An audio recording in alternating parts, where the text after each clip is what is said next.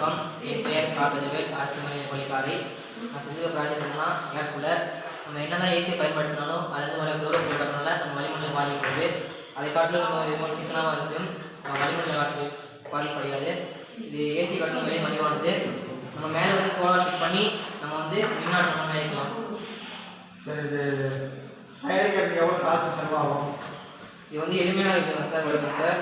இது இருக்க பார்ட்ஸ்லாம் நம்ம ஊருக்குள்ளேயே வாங்கி நம்ம வடிவமைக்கலாம் சார். நம்மளே இல்லை, அப்ராக்சிமேட்டாக எவ்வளோ செலவாகும்? இப்போ நடுத்தர மக்கள்லாம் பயன்படுத்த முடியுமா? ஒரு 5000 10,000 நம்ம வாங்கிக்கலாம் சார். நம்ம 5000 ரூபா ஆகுமா? இது கவர்மெண்ட் மானியம் தருமா? இல்லை சார், இருக்கும் இல்லை சார்.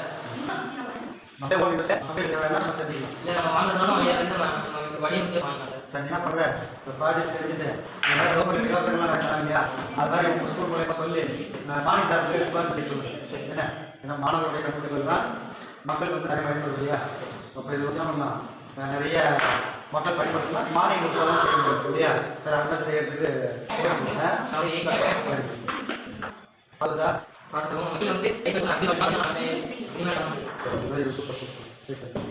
இப்போ அனைவரும் எல்லாமே நம்ம